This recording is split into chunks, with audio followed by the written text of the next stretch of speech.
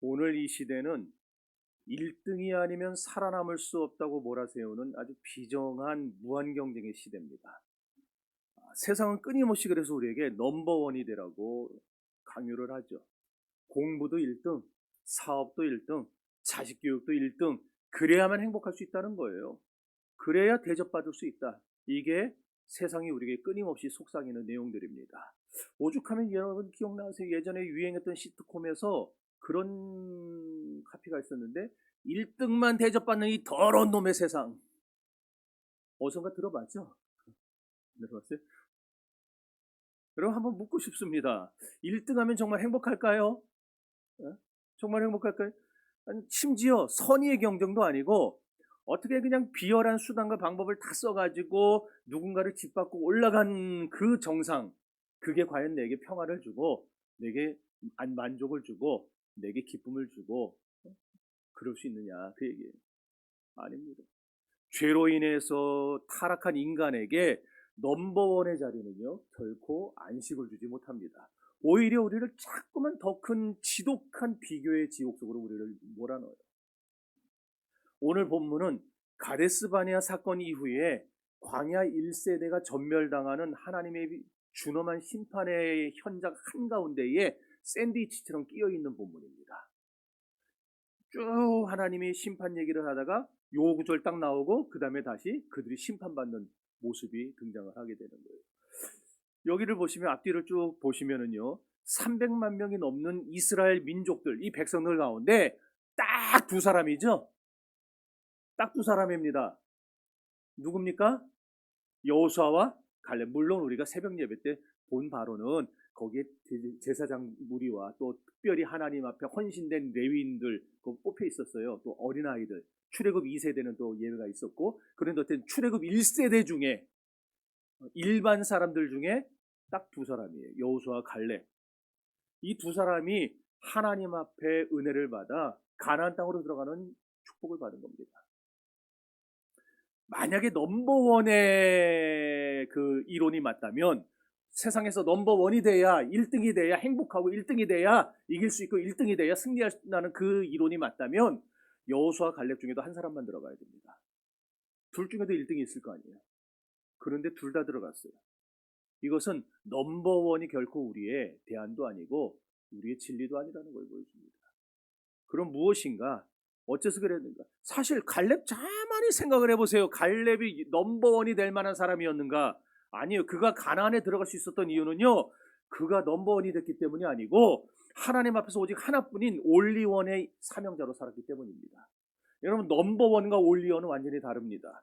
오늘날 교회 안에 신앙생활을 넘버원이 되려고 하는 사람들이 있어요. 경쟁하듯 하는 사람들이 있어요. 그런 사람들에게는 문제가 생깁니다. 뭐냐? 남이 나보다 먼저 인정받고 먼저 장로되면은 잠이 안 와요. 다른 집 자녀가 축복받으면은 축하는 해줍니다. 좋겠다 좋겠다. 너무 좋겠다 해주지만 속으로는 은근히 배가 아픕니다. 그런 더러운 경쟁심이 세상 사람들에게만 있는 게 아니고 교회 안에도 은근히 도사리고 있다는 거예요. 하지만 여러분 그건 믿음이 아니고 자기 과시죠. 하나님을 이용해서 자기 야망을 채우려는 인본주의적인 발상일 뿐입니다. 오늘 이 시간에 우리가 신명기 1장을 통해서 우리 안에 도사리고 있는 이런 지독한 경쟁심과 열등감을 십자가에 못 박을 수 있는 시간이 되시기를 바랍니다. 이 시간이 하나님께서 여러분 각자에게 주신 고유한 사명을 붙잡는 위대한 인생의 전환점이 될 수 있기를 주의 이름으로 축원합니다. 그렇다면 오늘 본문이 우리에게 가르쳐주는 올리원의 인생은 뭐냐? 올리원의 진리는 뭐냐? 첫째, 모든 피조물은 하나님이 정하신 목적대로 쓰임받을 때만 가치가 있다는 거예요. 300만 원을 주고 최신형 노트북을 샀습니다. 그런데 그 비싼 노트북을 라면 끓여 먹을 때 냄비 받침대로 쓰면 되겠습니까? 정신 나간 사람 아니에요? 물론 돈을 주체 못할 정도로 많이 버는 빌 게이츠 같은 사람은 그럴 수도 있겠죠. 그렇지 않겠어요? 뭐 노트북이 한두 대겠어요. 그러니까 뭐 라면 받침대로 쓸 수도 있을 거예요. 그렇지만은 그렇다 하더라도 그건 노트북이 노트북으로서의 존재 목적에 합당히 쓰임받은 건가요? 아니죠. 실패한 겁니다. 노트북은요 복잡한 연산을 해야 되고 문서를 작성하고 영상 만들고 그리고 세상과 소통하는 일에 쓰임받아야 그게 빛이 나는 거지, 라면 받침대로 쓸 때 노트북은 절대 빛이 안 납니다. 마찬가지죠. 볼펜은 글을 쓸 때 써야 볼펜의 기능과 목적을 제대로 달성하는 겁니다. 근데 이 볼펜 가지고 코 비는 데 쓰고 등 긁는 데 쓴다. 그러면은 볼펜의 목적대로 쓰임받지 못하는 거예요. 코는 손가락으로 파야 제맛이죠. 뭐 그래, 등은 효자손으로 긁어야 되는 거예요. 그래야 시원하지. 볼펜으로 긁는다고 시원하겠어요. 이와 같이 모든 물건은 다 하나님이 정해놓으신 목적이 있어요. 모든 피조물들은 하나님이 정해놓은 자기만의 목적이 다 있다라는 거예요. 그 목적에 맞게 쓰임받아야 비로소 진정한 가치가 있고 영광이 임하는 겁니다. 하나님께서 우리를 이 땅에 보내실 때도요, 아무 생각 없이 그냥 공장에서 물건 막 찍어내듯이 우리를 똑같이 찍어내가지고 세상에 보내셨느냐, 그거 아니에요. 우리 각자에게 합당한 은사를 주어서 세상에 보내셨습니다. 그래서 우리가 받은 은사대로 합당하게 하나님 앞에 쓰임받고 사용될 때 그때 하나님도 영광을 받으시는 거예요. 그래서 에베소서 2장 10절은 이렇게 말합니다. 우리는 그가 만드신 바라 그리스도 예수 안에서 선한 일을 위하여 지심을 받은 자니 이 일은 하나님이 전에 예비하사 우리로 그 가운데서 행하게 하려 하심이니라. 아멘. 여기서 만드신 바라라는 이 단어가 헬라어의 포이에마라는 단어예요. 들어보신 분들 계시죠? 하나님이 우리를 포이에마처럼 만드셨다라는 거예요. 그럼 포이에마가 뭐냐? 여기서 영어의 시, 포임이 나왔어요. 그러니까 하나님이 우리를 시로 만드셨다는 거예요. 시로 만드셨어요. 여러분, 시가 서정주의 시, 윤동주의 시, 그 다음에 김춘수의 시가 다 똑같습니까? 시는 다 틀려요. 그 사람의 개성이 들어가 있고 문체가 들어가 있고 그 사람의 사상이 들어가 있기 때문에 시는 천편일률일 수가 없어요. 제가 지은 시와 여러분이 지은 시는 틀립니다. 시는 쓰는 사람의 모든 생각이 다 거기 들어가 있어서 하나도 똑같은 시가 없어요. 똑같은 시 같으면 그건 베낀 겁니다. 그러지 않겠어요? 그만큼 시가 독특하다는 말이에요. 그런 독특함이 있기 때문에 시가 시로서의 가치가 있는 거예요. 그렇습니다. 하나님은 지금 저를, 여러분을 한편의 독특한 시와 같은 존재로 창조하셨어요. 우리는 그의 만드신 바라. 하나님이 여기 있는 아무개 장로, 아무개 집사, 아무개 권사, 아무개 청년, 아무개 학생, 아무개 누구를 다 하나님 앞에서 세상 가운데서 한편의 시와 같은 존재로 창조해서 세상에 보내셨다라는 거예요. 구 프린스턴 신학교의 교수였던 찰스 하치가 이런 말을 합니다. 하나님의 창조, 또 빼먹었구나. 또 빼먹었어요. 놔두세요. 하나님의 창조 사역은 다양성 속에서 통일을 지향하고 각 영혼은 하나님의 영광을 비추는 독특한 거울이라, 그런 말을 했어요. 되게 어렵죠, 말이. 되게 어려울 거예요. 저도 어려우니까. 그래서 진짜 쉽게 표현하면 뭐냐? 여러분 모두가 다 하나님 앞에 걸작품이라는 얘기입니다. 이건 쉽죠? 네. 여러분 다 걸작품들이에요. 믿습니까? 근데 걸작품들이 왜 자꾸 남을 흉내내려고 합니까? 왜 남이 가진 은사를 부러워하고 내게 주신 것은 하찮게 여깁니까? 그것은 나를 창조하신 창조주에 대한 심각한 모독입니다. 세계적인 성악가인 연세대의 홍혜경 교수가 저 사람이에요. 이런 말을 했습니다. 오페라 가수로 성공하기 위해서는 자기만의 목소리가 있어야 된대요.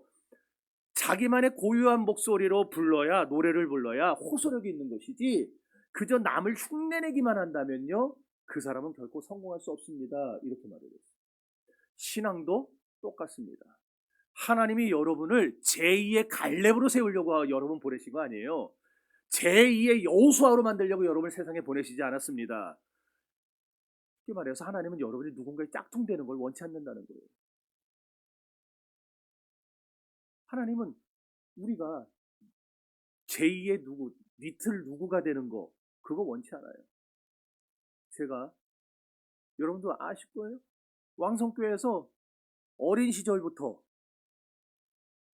청년 때까지 쭉 성장했죠. 길자의 목사님의 설교만 들으면서 자랐어요. 그리고 신학교 가고 5년 동안 다른 교회에서 섬기다가 목사님이 들어와라 그래가지고 왕성교회 가서 14년을 부목사로 있었어요. 그러니까 제 설교가 스타일이 다 누구를 닮겠어요? 네, 거길 닮죠. 그래서 제가 거기 교회를 나와서 다른 교회 가서 설교를 해도 꼭 사람들이 그래요. 꼭 길자의 목사님 스타일 같다고 그러는 거예요. 그거 빼는데 지금 오래 걸렸잖아요. 지금 그 색깔 빼는데. 그 제가 하고 싶어서 한 게 아니고 여러분 30년을 같은 사람의 설교를 듣고 자라보세요. 그럼 여러분도 저한테 30년 있다가 나중에 저기 하면 여러분도 말하는 게 다 저와 비슷해집니다. 생각하는 게 다 저와 비슷해져요. 그런데니까.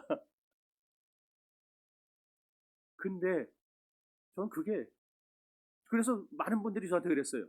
기도에 인도하는 걸 봐도 설교하는 걸 봐도 황 목사님은 꼭 리틀 길자이라고. 그게 좋은 소리 아니에요. 나는 나로 서야지. 누군가의 리틀로 서면은 그 무슨 영광이 있어? 그러니까 남의 신앙 고백 여러분 베끼지 말고 남의 기도 소리 흉내내지 마세요. 부흥사 모임에 갔더니요. 아 참 거기서 기껏 한다는 소리가 뭔지 아세요? 꿈에 자기가 소천하신 조용기 목사님을 만났대요. 그래서 순복음에서 오신 분들 죄송합니다. 조용기 목사님 만났는데 뭐 조용 목사님 내가 흉보는 그 얘기가 아니고 그 부흥사 목사님들 얘기예요. 조 목사님이 자기에게 기도망토를 입혀줬대. 자기가 쓰던 거를. 그래서 내가 조 목사님처럼 크게 될 줄 믿습니다. 다들 아멘 하고 있더라고요. 또 어떤 분 나와서 그래요. 우리 목사님 기도망토를 받는데 나는 조 목사님이 나를 불러서 자기 옆자리에서 밥을 같이 먹었다고. 꿈에. 그래서 나는 내 목회가 성공할 줄 믿습니다. 또 아멘 그래. 아이고 진짜 한심들해가지고. 성경 어디를 봐도요. 아브라함 보세요. 아브라함이 진짜 믿음의 사람이었죠. 아브라함 같은 사람 없잖아요. 근데 제2의 아브라함이 태어났고 제3의 아브라함이 나왔나요? 아브라함은 한 사람만 있다가 가버렸어요. 그런데 성경에는 믿음의 사람들이 없었나요? 아브라함 같은 믿음의 사람들이? 나오죠. 계속 나오죠. 그냥 자기들 생긴 대로 살아요. 사라로, 이삭으로, 야곱으로, 모세로, 라합으로, 심지어 라합 같은 기생도 라합으로 살아요. 기드온으로, 바락으로, 다윗으로, 사무엘로 그렇게 자기들의 믿음을 가지고 올리원의 삶을 살아갑니다. 넘버원이 되려고 살지 않았어요. 아브라함을 뛰어넘으려고 하는 제2의 아브라함이 되지 않고 자기들 생긴 대로 믿음으로 살았어요. 그랬더니 하나님이 히브리서 11장에 보면은 그들을 다 아브라함처럼 위대한 믿음의 사람들로 인정을 해주십니다. 믿음으로 사라는, 믿음으로 이삭은, 믿음으로 야곱은, 믿음으로 모세는, 믿음으로 라합은, 믿음으로 기드온은, 믿음으로 바락은, 믿음으로 다윗은, 믿음으로 사무엘은 하나님은 다 그들이 믿음으로 올리원의 삶을 살았다고 평가를 내려주십니다. 그러므로 여러분 우리가 넘버원이 되려고 애쓰지 맙시다. 올리원의 삶을 살 수 있기를 바랍니다. 하나님 앞에서 단독자로 서게 될 때 그때 우리가 비로소 참된 평안과 권능이 우리 안에 임하게 될 줄로 믿습니다. 두 번째로 타락한 본성에서 나오는 비교와 경쟁은 결국 우리 영혼을 파멸로 이끄는 거예요. 신명기 1장 34절과 35절 읽어봅시다.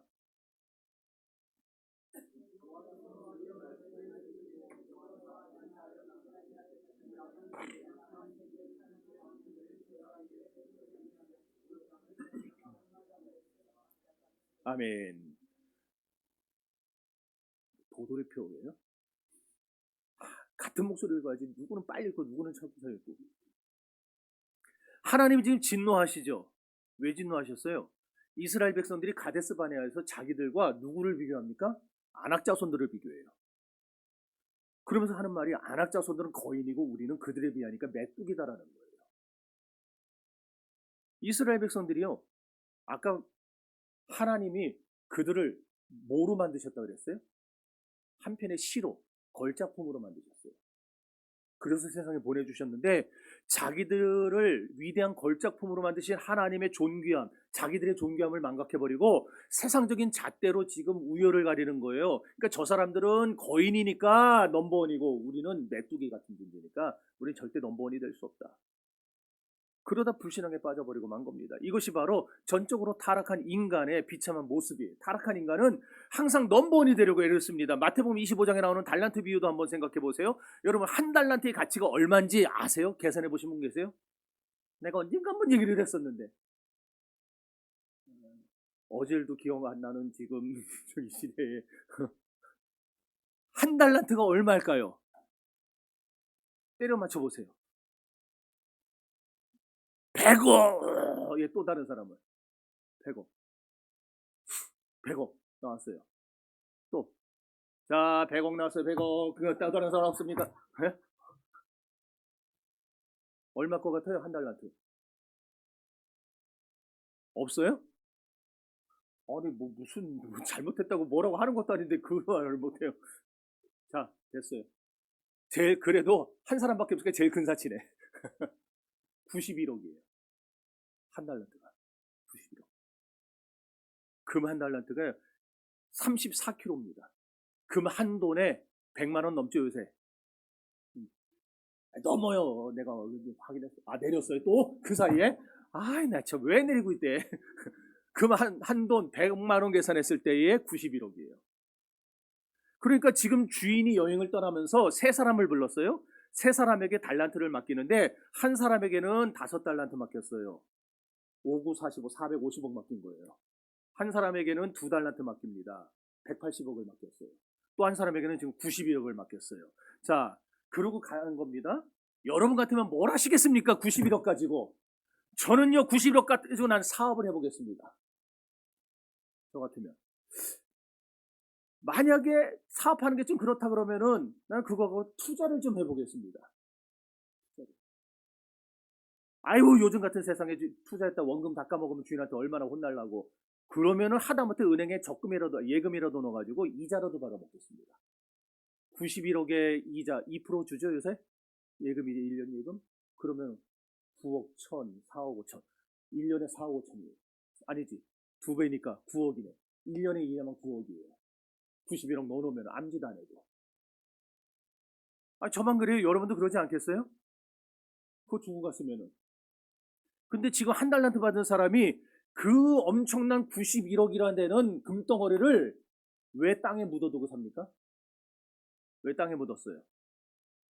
5달란트 받은 사람하고 2달란트 받은 사람하고 비교하니까 억울한 거예요.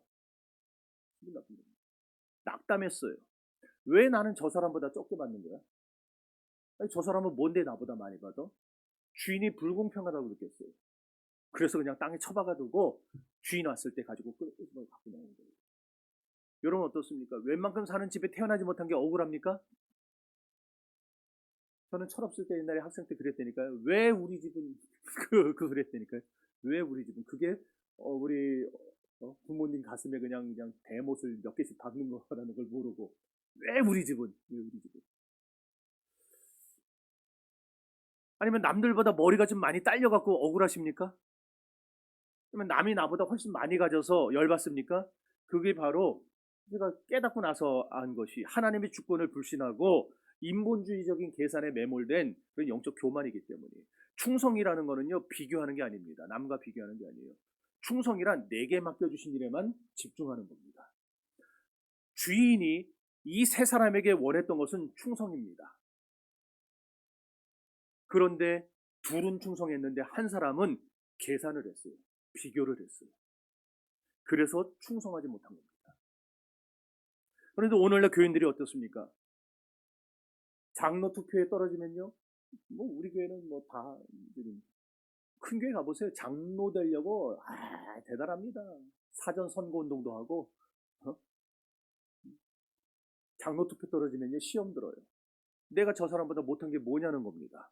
남이 하면 나도 해야 되고 남이 가지면 나도 가져야 직성이 풀리는 그런 경쟁심 우리가 버려야 됩니다. 그게 다 어디서 나와요? 넘버원이 되고 싶은 마음에서 나와요.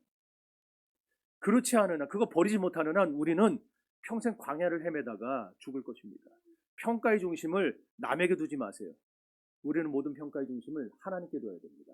하나님 앞에서 나는 누구냐? 하나님 앞에서 나는 어떻게 살아가야 되느냐? 넘버원은 남을 이겨야만 얻을 수 있는 자리입니다. 그러나 올리원은 하나님께 순종하면 누구나 얻을 수 있는 자리입니다. 넘버원의 자리는 세상에 딱 하나예요. 그렇지 않겠어요? 1등은 하나밖에 없는데 그렇기 때문에 피 터지게 싸워야 됩니다. 남을 밟아야 돼요.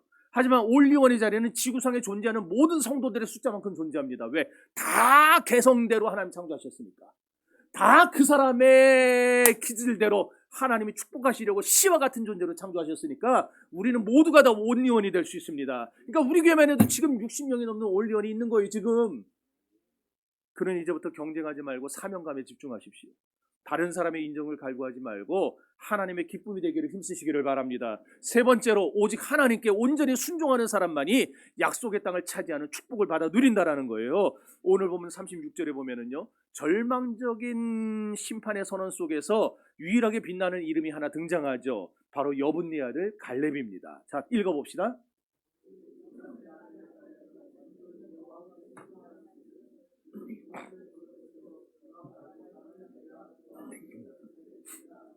아멘. 자, 여기 오직이라는 단어 나오죠? 대답들을 안 해요. 나와요, 안 나와요? 나오죠? 자, 이 단어를 주목해 보세요. 모두가 넘버원의 논리에 빠져서 우리는 못 들어간다, 우리는 여기서 죽는다 그랬을 때, 통곡할 때 갈렙만은 온리원의 믿음을 지킵니다. 이것을 가리켜서 성경이 뭐라고 표현한 거예요? 갈렙이 온전히 여호와께 순종했다, 그렇게 표현한 겁니다. 그러니까 여러분, 여기서 온전히 순종했다는 말은 99%의 순종이 아니고 100%의 순종입니다. 여러분도 그런 평가를 받고 싶지 않습니까? 하나님 앞에 갔을 때에 하나님이 천사들에게 봤냐? 황 목사, 이야, 온리원이야, 100% 순종해서, 이 소리 듣고 싶어요. 저는. 여러분은 아니에요? 듣고 싶죠? 그러면은 온리원의 삶을 살아가셔야 됩니다. 총신 교수였던 박윤선 박사가요, 오직 갈렙만 온전히 여호와께 순종했다는 이 구절을, 아무튼 왜 신학 교수들은 말을 그렇게 어렵게 쓰나 몰라요. 계시 의존 사색의 결정체다, 그렇게 했어요. 뭔지 알아요? 이게 무슨 말이냐? 세상의 통계는 절대 안 된다고 말을 해요. 주변 사람들 전부 도망가자고 말하는 겁니다, 지금. 그런데 그때 오직 갈렙만 하나님을 철저히 신뢰하면서, 계시는 하나님이 주시잖아요. 그러니까 하나님을 의존하며 하나님을 신뢰하며 하나님의 약속을 현실로 받아들였다, 그 말이에요. 그걸 계시 의존 사색의 결정체다, 그렇게. 아유, 머리 나쁘면 아무튼 참. 갈렙이 뭐 잘난 거 있었어요? 솔직히 갈렙이 유다 지파라고 나와 있지만은요, 우리 들어보신 분 계시죠, 저한테? 갈렙은 출신은요, 원래는 허다한 이방 잡족들 가운데 하나였어요. 그니스 사람이었어요. 기억나시죠? 그니스 사람 갈렙이라고 하는 표현이 나옵니다.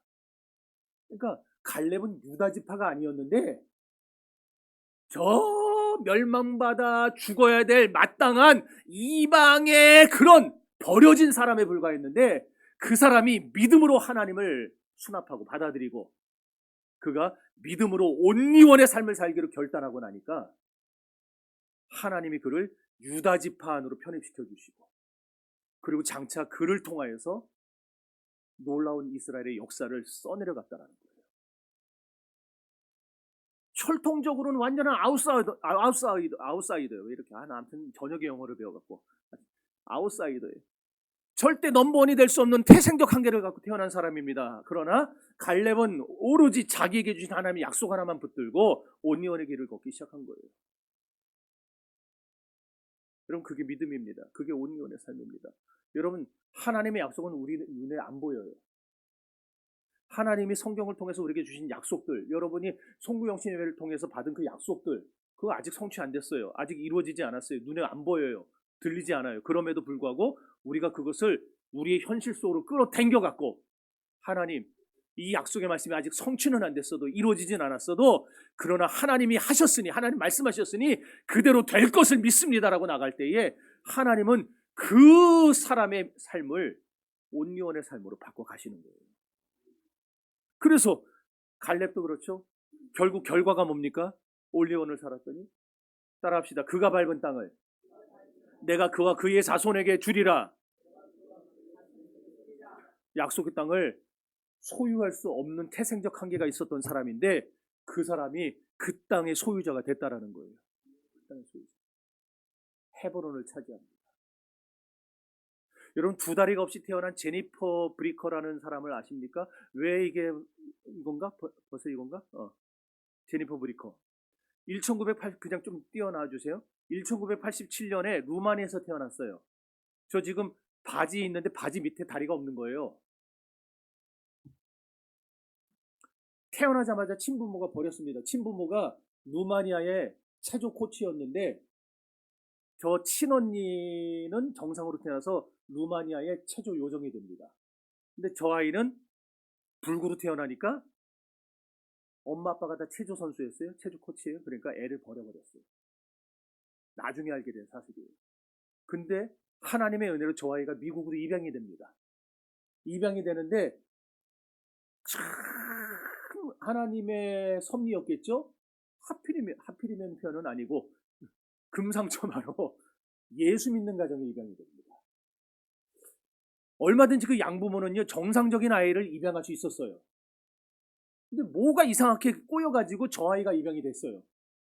파양할 수도 있었는데 그냥 하나님의 뜻으로 받아들이고 저 아이를 키우기로 결정합니다. 의사가 조언을 하는 거예요. 이 아이는요 그냥 바구니에 넣어서 가지고 강아지처럼 바구니에 넣어서 가지고 다니세요. 그랬더니 이 부모님이 양부모가 그걸 거부하고 제니퍼에게 어려서부터 뭘 가르치냐면 너는 남과 경쟁하려 하지 말고 하나님이 내게 주신 유일한 목적을 찾아라. 온리원의 꿈을 심어줘. 그러면서 두 팔과 엉덩이로 걷고 뛰는 법을 가르칩니다. 그 결과 제니퍼가요 두 다리가 없는데 체조 선수가 됩니다.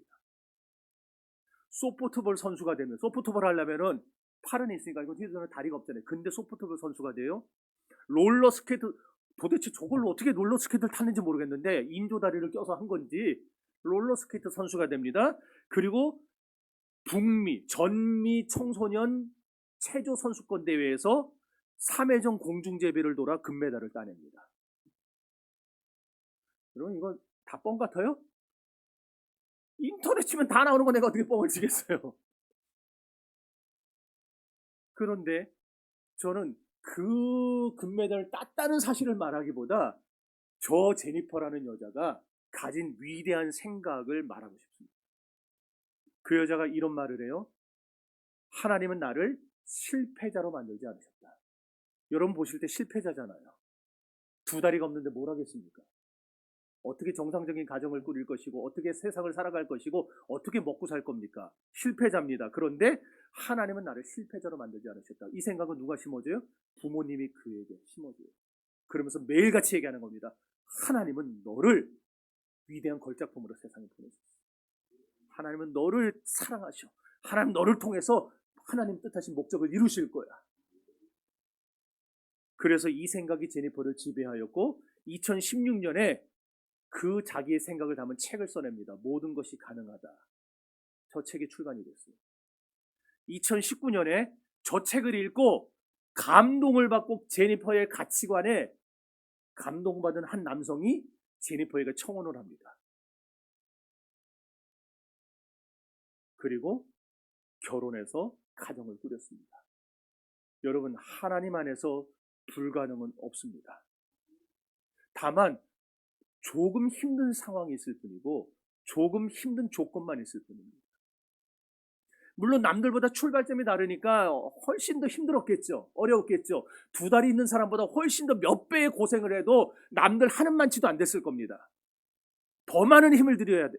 그건 맞는 말이에요. 그렇지만 믿음 안에서 포기하지 않고 온리원의 길을 걸어가는 한 하나님의 역사는 우리를 통해 반드시 일어날 줄로 믿습니다. 할렐루야. 여러분이 밟는 그 고난의 땅이 장차 여러분의 축복의 영토가 될 줄 믿으시기를 바랍니다. 그러니 여러분이 지금 가난하다고 지금 병들었다고 지금 스펙이 없다고 낙담하지 마십시오. 하나님은 여러분에게 남들보다 잘했냐고 묻지 않으세요. 하나님이 물으시는 그겁니다. 내가 너에게 준 그 길을 너는 끝까지 걸었냐? 포기하지 않았냐? 믿음으로 살았냐? 하나님 우리에게 그걸 물으십니다. 넘버원이 되려 하지 마시고 온리원의 삶을 살아가십시오. 넷째로 온리원의 삶을 사는 성도에게는 세상이 줄 수 없는 평온과 확신이 있다는 거예요. 자기가 온리원이라는 걸 깨달은 사람에겐 여유가 생겨요. 생각해 보세요. 여러분 개가 곰처럼 사는 게 쉽겠습니까? 개가 개처럼 사는 게 쉽겠습니까? 우리 집 개는 절대 곰처럼 못 사는 거예요. 딱 하는 짓이 개예요. 걔는. 그렇죠? 여러분도 다 알잖아요. 뭐 굉장히 어려운 철학적인 명제입니까? 아니잖아요. 개는 개처럼 사는 게 쉽고 고양이는 고양이처럼 사는 게 쉬운 거예요. 마찬가지입니다. 우리는 우리처럼 살면 돼요. 나는 하나님 앞에 신앙인으로 살면 되는 겁니다. 우리가 자꾸 내가 아닌 남처럼 되려고 하니까, 남처럼 살려고 하니까 인생이 고단해지는 거예요. 내가 아닌 남의 시선에 자꾸 나를 맞추니까 피곤해지고, 주일날 교회만 갔다 오면 전부 진이 나빠진다고 그럽니다. 교회 안에서 나처럼 살다 오면 되는데 남처럼 살다가 오려고 하니까 피곤해져요. 여러분, 나처럼 사는 건 일상이지만 남처럼 사는 건 연극이에요. 집에서 일상을 보내는 사람이 피곤을 많이 느끼겠습니까? 무대에서 연극하는 사람이 피곤을 많이 느끼겠습니까? 한편 우리 교인들은요, 참 쉬운 질문에도 대답을 안 하려고 하나요? 집에서 쉬고 있는 사람이 피곤하겠어요? 무대에서 연극하는 사람이 피곤하겠어요? 네, 맞아요. 연극하는 사람은요, 무대 뒤로 내려오는 순간 탈진하잖아요. 아휴, 힘들다 그러잖아요. 여러분, 그러니 이제부터 더 함께해서 신앙생활하면서 연극하지 맙시다. 교회 안에 오면은 여러분으로 사세요. 믿음의 사람으로 사세요.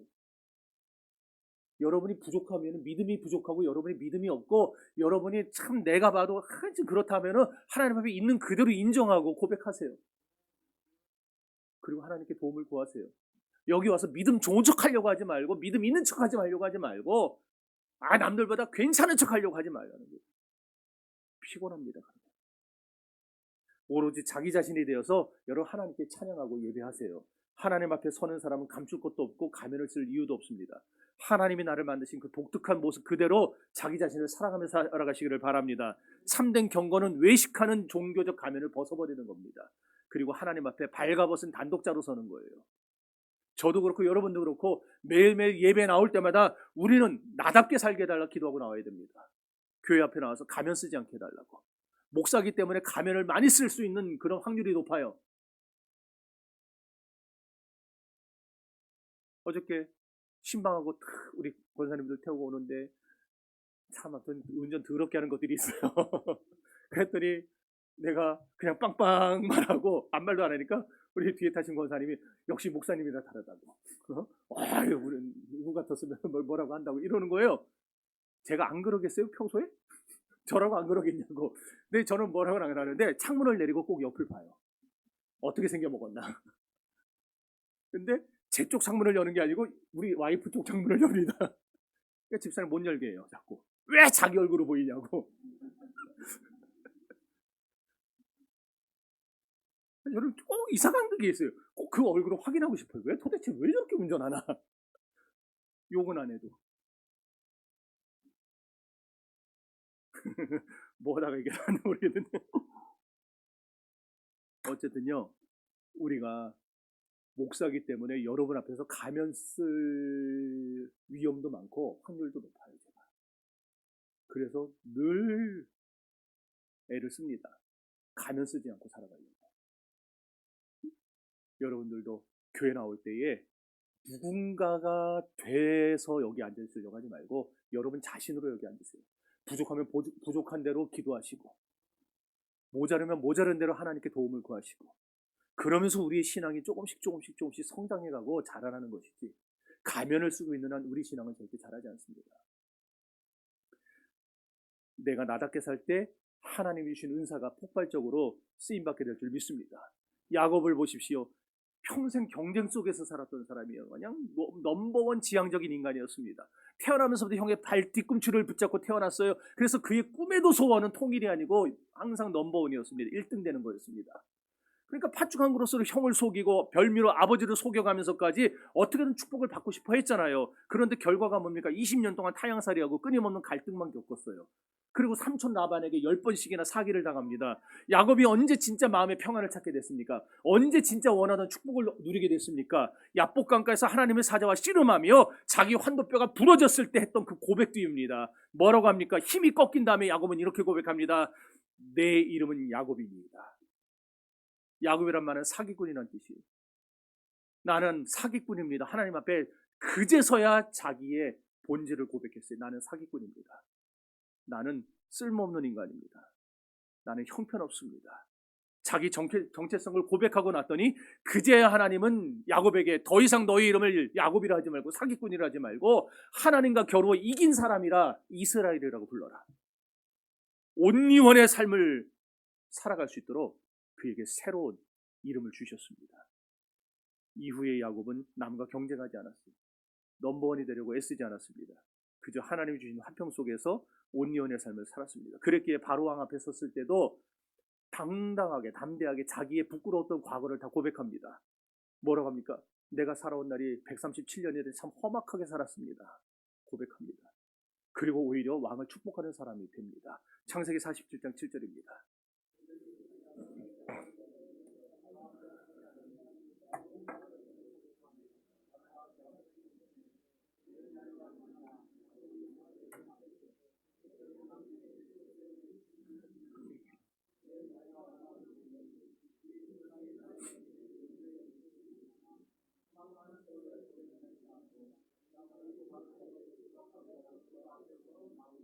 아멘. 여러분, 내 약점까지도 오픈할 수 있는 여유, 남이 잘 되기를 진심으로 바라는 진정한 넉넉함, 이게 바로 온리원의 성도가 누리는 권세인 줄 믿으시기를 바랍니다. 여러분, 우리 교회에서 서로에게 진심으로 축복해주고 진심으로 여러분의 부족한 부분도 오픈하고 우리가 서로를 위해 기도해 나갈 때 우리 교회는 넘버원 교회가 될 수는 없을지 몰라도 우리는 온리원 교회는 될 수 있습니다. 하나님이 오늘 그것을 우리에게 말씀합니다. 마지막 다섯째로 영원한 온리원의 삶을 살아가신 예수님만이 우리에게 참된 승리를 주신다는 거예요. 성도 여러분, 그럼 우리가 어떻게 하면 갈렙처럼 온전히 순종하며 온리원의 삶을 살 수 있겠는가? 인간의 의지는 불가능합니다. 여러분이 아무리 여기서 결단하고 내가 그래 온리원의 삶을 살아야지 하고 요거 나가도요, 나가는 순간 여러분 다 허탕됩니다. 왜? 우리는 뼛속까지 타락한 존재들이라 그래요. 가만히 있으면 어느새 우리는요, 나는 이제부터 축복하며 살아야지 했어도요, 조금 있으면 근질근질해집니다.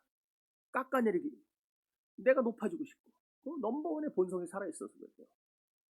이런 더럽고 추잡한 본성을 이길 수 있는 길은 하나입니다. 우리의 영원한 온리원이 되시는 예수님과 연합하는 길입니다. 예수님은 세상의 넘버원이 되려고 오시지 않았습니다. 하늘 보좌의 영광을 버리고 자기를 낮추고 자기를 비우사 종의 형체를 가지고 세상에 오셨어요. 그래서 우리에게 말씀하십니다. 내가 너희를 섬기는 것 같이 너희도 서로 섬기는 자가 되라. 예수님은 가장 낮은 자리, 온리원의 자리로 오셨어요. 그리고 하나님의 뜻을 이루기 위해 십자가에서 단번에 자신을 제물로 드리셨습니다. 그러기에 십자가의, 그리스도의 십자가야말로 인류 역사상 유일무이한 사건이에요. 어느 누가 자기를 비워서 온리원의 삶을 살아가는 그 길을 보여줬습니까? 아무도 하지 못했어요. 그러기에 십자가와의 연합을 통해서만 성도는 자기 자신의 고유한 가치를 회복할 수 있는 겁니다. 우리가 그리스도 앞에 서게 될 때 우리는 세상의 평가로부터 자유로워질 수 있습니다.